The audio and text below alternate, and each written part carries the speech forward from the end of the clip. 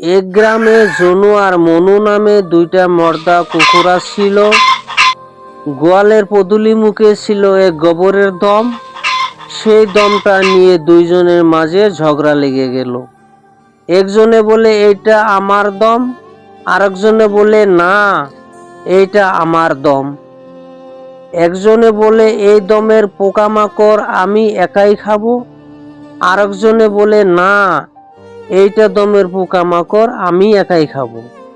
এই বলে দুইজনের মাঝে রাম রাবণের যুদ্ধ লেগে গেল। পাখায় পাখায় পায়ে পায়ে ঠুটে ঠুটে দুইজনে যুঝতে লাগলো। এইভাবে যুদ্ধ করতেই থাকলো। করতে করতে তার মাঝে মনু হেরে গেল। হার মেনে মনু চলে গেল, যেয়ে গোহালিতে বসে পড়ল। জনু জিতে গেল আর তার সাথে কে পায়, সে যেন মহারাজা হয়ে গেল।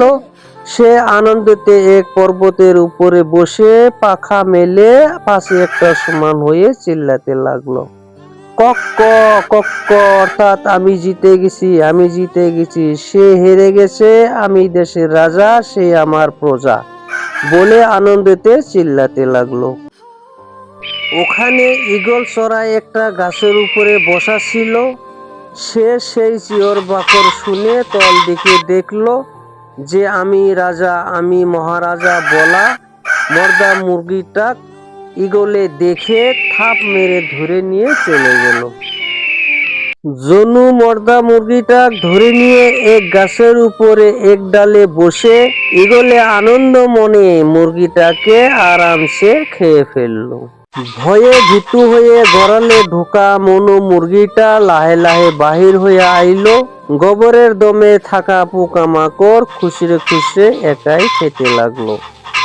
মুরগি রাজাক ঈগলে কয়, অহংকার হলে পতন হয়।